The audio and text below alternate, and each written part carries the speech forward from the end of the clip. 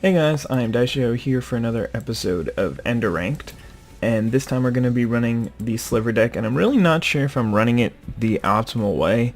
I haven't played too much with it. I played with it a little bit the first day that Magic 2014 came out, and then I've played with it since, but I played with it the first day the most, and I'm really not sure if this deck should just be like trimmed down so that there's no 6-drops, but like the thing is the 6-drops are so powerful for this deck. I don't know. It's really hard, especially with the new DLC cards, the unlocks. Some of the decks are getting a lot more powerful, and I'm not really sure if what the things that the Sliver deck are doing are actually powerful enough. So let's get ready to go here, and my opponent just quit. Okay, so let's just create a match of our own. Hopefully that'll work. But yeah, I'm not really sure if a trimmed down Sliver deck is powerful enough, or even if just getting to 6 mana and casting a Megantic Sliver is going to be enough to win, especially with Chant of the Moldiah getting so many great upgrades. And even stuff like Hunter Strength got some really good cards. Mind Maze only got better, and Avacyn's Glory got another Path to Exile. Hopefully people are going to start playing the more expensive spells in Avacyn's Glory, and then the deck won't be nearly as hard to beat. Because really the hardest thing to do is when they have an aggressive start with Champion of the Parishes and some removal to back it up. And they got more removal, but I mean, people might start running like Sunblast Angel and Dearly Departed, and I don't know. Hey look, it's the guy who I was just in a lobby with. For some reason he quit out and then he joined my lobby. Alright. Maybe he was about to quit out. Yeah, this is not going to be Keeper. Yeah, let's try this one. I don't have all my colors, but I do have enough cards to win the game. Like, if my opponent doesn't remove any of my creatures, I'll probably be able to win the game turn 5. But I really should... I should probably have gotten nothing or a forest here. Probably nothing. But once I sacrificed it, it was too late. And the reason why I say that is because the forest, it makes sense to get a forest because there's a lot of things that you can do on turn 2, but they all are green. And it would have made sense to... That's pretty good for him. Alright, we got our green mana. That's perfect. It would have made sense to get to wait so that I could... I want to attack here because I don't think he's going to block. But he should block. But it makes sense to wait just in case I drew a plains in the next turn and then I wouldn't have a forest. And I wanted all 3 colors. So I'm pretty happy that he didn't attack. And he's stuck on swamps, which is really good for me. He's not going to attack, which leads me to believe that he's probably going to block. So I'm just going to play a Hive Stirrings and then ship the turn because I really want to get haste for all my dudes. So we're just gonna... I mean, he may have just held this back in case I played like a Bone-Sized Sliver or something, and he needed to not let me do that. But anyway, I'm gonna go get a plains here because I think it's more likely that I'll need double white than double green, because he finally drew his blue source, but I think it might be too late. Unless he has a Last Gasp in hand. Alright, so let's get that second plains, because I might draw something like Path to Exile, and then I want to play also white spell, so... Alright, we drew Megantic Sliver, which is really good. So unless he's got a Last Gasp here, he's in very bad shape, and then he's straight up going to lose the game pretty much no matter what next turn, so... Alright, we send 2 at that thing, and then 2 at his face. And, I mean, there might be something that he could have to win here. That new spell where he gets to take all my... I think it's called Reigns of Power, where he gets to take all my creatures and I get to take all of his, would be absurd, because he could just basically kill my creatures with the Thorncaster Sliver triggers. That would be awesome. I would like enjoy that, but he doesn't have the double blue that he needs for it, I think. That would be so funny if he had that, though. I would have been pretty happy. Alright, so he's just going to play Morai, and that means that the game's over. Because Thorncaster Sliver into Megantic Sliver is pretty strong. And this is why I run all 4 Blur Slivers, just because haste is such a powerful ability when you're playing an aggressive deck like this, where everything changes super quickly. But yeah, let's just kill this thing. And send one at his face. Yeah, 5 slivers, that's all I need. That's another reason why I run Hive Stirrings, just because you gain so much advantage when you're running all the rare slivers. The Thorncaster sliver and the Megantic sliver just benefit so greatly from the or they help Hive Stirrings become amazing, basically. And also Bone-Sized Sliver. It changes from being an average sliver to one of the better slivers. But yeah, all right. So that's first game. Let's see if we can get one more. He's probably going to join again. I hope not. Hope we get somebody else to join. Because as I mentioned at the beginning, I don't want to play against the same person. Not because my opponent seemed bad. He seemed like a pretty decent player. But just because if I do run into a bad player, then I don't want to just quad up on wins or whatever. I feel like that would just be... It would take away from some of the level playing field. Even though it isn't really a level playing field, because if it were, then I would be playing against one of every deck. And I mean, I could do that. Like, I could just get a lot of subscribers and have them play me like one after another and be like, okay, you have to play this deck now, and then just play like one deck or each deck against every other deck. I don't know. Just an idea, tossing it out there. Though, I think I have a pretty cool idea for my next series after Enduranked is over, but I'll wait a little bit before I spoil what it is. Wouldn't want you to not know, or to know what you're going to get before you actually get it, right? That would just be awful. Like, I wouldn't even understand how that would be possible. But anyway, I did want to give a shout out to CJ Holbrook and his girlfriend Ashley. They made, or she made it, and he got me in touch with her, and they made nice artwork. It's really just amazing, the banner and my avatar. So thank you so much. And yeah, I wanted to quickly say that you can go check out his channel, CJ's. He's doing, not really sure, I think I haven't taken a good look at it, but I think he's doing some skit videos as well as some gameplay videos. It's going to be in the description, but it's Disbesiege, and Disbesiege. So go check it out and at least tell him thank you for helping me out and making me that awesome artwork. Huh. Alright, so still not much going on here. I guess, no, I'm not going to talk about that. Yeah, probably not a good idea. I was just going to... No, I mean, a lot of people don't really care about baseball, so I'm not going to discuss it, but... Yeah, anyway.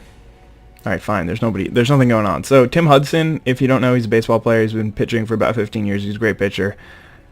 He got injured recently. He was playing pitcher, and then he ran over to cover first base, and he got his leg stepped on. And a lot of people are like, oh my god, that's so horrible. And I really have trouble feeling bad for him because he was playing the position in a completely incorrect way.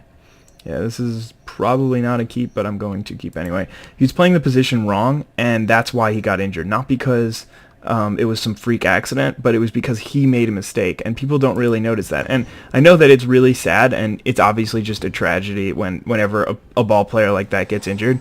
But I don't know. I just have trouble feeling bad for him. Maybe that makes me a terrible person, but I don't know. That's just how I feel. If you're playing a major league sport where there's contact and whatnot, then you should know how to play your position. You shouldn't make that kind of mistake. All right. So champion of the parish. At least it's not double champion. And this game is still winnable for me, depending on how much he does to me and how big his champion grows by turn 4 and whether or not he has a path to exile. Alright, there's a mirror entity. Interesting. Interesting indeed. But yeah, we're just going to charge in there. If this thing made another human when it died, then I would think about not attacking just because I don't really want his champion to grow. But it doesn't really matter to me if his thing turns into a spirit now and he doesn't take the 2. Like, that would have happened eventually anyway. But next turn I can drop a Hive Stirrings, and then hopefully the Thorncaster Sliver will be enough to take out a champion of the parish. Alright, so he's going to bring both of his dudes. And again, I'm really just hoping that... No, he's not going to bring the spirit token. I think people are just really worried about Blur Sliver putting a really powerful Sliver into play. So I mean, ooh. That is tempting. I think I'm going to hold on to that for now. Because there's not, it's not like he can play Increasing Devotion next turn. So we're just going to attack with this Blur Sliver. I don't have any instants, so if he's got... Is there a pump spell in that deck? I don't think so. No, I don't know why he didn't attack. It's really surprising to me. But now we're just going to drop Hive Stirrings. And Fiery Justice is really good, and I might be able to play it for some value. But chances are I'm just going to... Okay. Angel. Okay, so he's just going to leave his champion back. That's really good for me. The only problem is I can't attack into that angel. Can't attack with my Thorncaster Sliver, at least.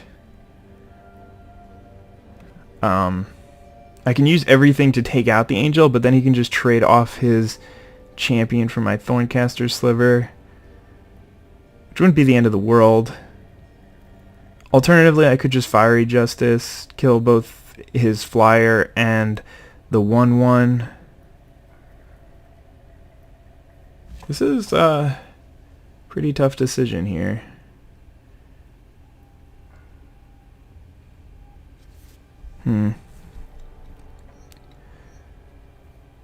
Maybe I just played Thorncaster Sliver and passed? That can't be right.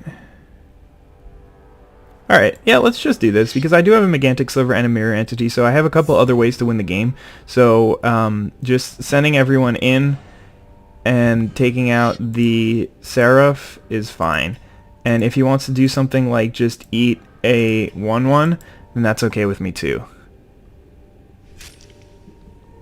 Not really 100% sure if this is the right play, but I think that this play will work out. If I had another land in hand, then I would think that it was for sure correct. But, I mean, oh, what? Is he crazy? Okay. Yep. No argument from me. He must have a removal spell. Like, there's no other way that this could make sense. To leave me with Thorncaster Sliver, that thing is crazy. Yeah, he's got a removal spell. But that's not really a good one. Considering I have removal in hand. So hopefully I'll draw a land so I can also drop Mirror Entity. But I can kill the spirit and... Yeah, I guess it doesn't really matter since I have Fiery Justice. Another Thorncaster Sliver. If I still had the Blur Sliver, that makes sense. But, well, actually, Thorncaster Sliver is still good. Because I can put the 2 damage on the Fiend Hunter, and if he blocks, then he loses his Fiend Hunter. So he's not going to do that. So I basically get to still swing in this turn, and I'll have to burn the Fiery Justice yet. Well, next turn I can just use it, or I can just use the Thorncaster Sliver to get back my other one. But, I mean, as you can see, if he didn't kill Blur Sliver, he'd be in just terrible shape, because that card is so powerful. Giving your creatures haste when they all have crazy abilities that you can just give to all your creatures is super powerful. Alright, so he's going to drop this card, which says whenever it is put into grave, each opponent sacrifices a permanent. Oh, that's so good. Alright, well, that is certainly unfortunate, but yeah, we gotta roll with it. I mean, I said that I wanted my opponents to be playing the good version of Slivers, so... Alright, let's kill this. And then probably just gonna sacrifice one of my... Actually, I'm probably just gonna end up having to sacrifice both of my Sliver tokens.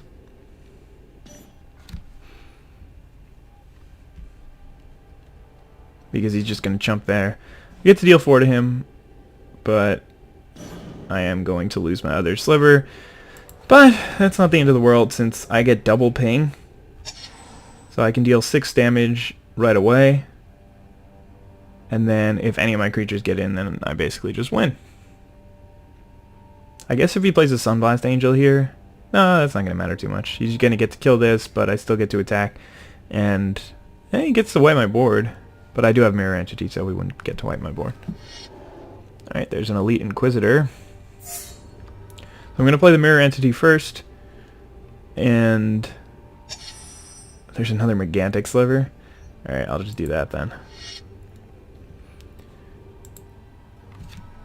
GG.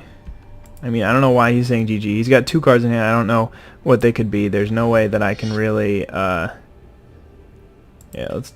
we actually don't want to kill the Elite Inquisitor pre-combat here, which is pretty funny, because we want to deal combat damage with all of our slivers.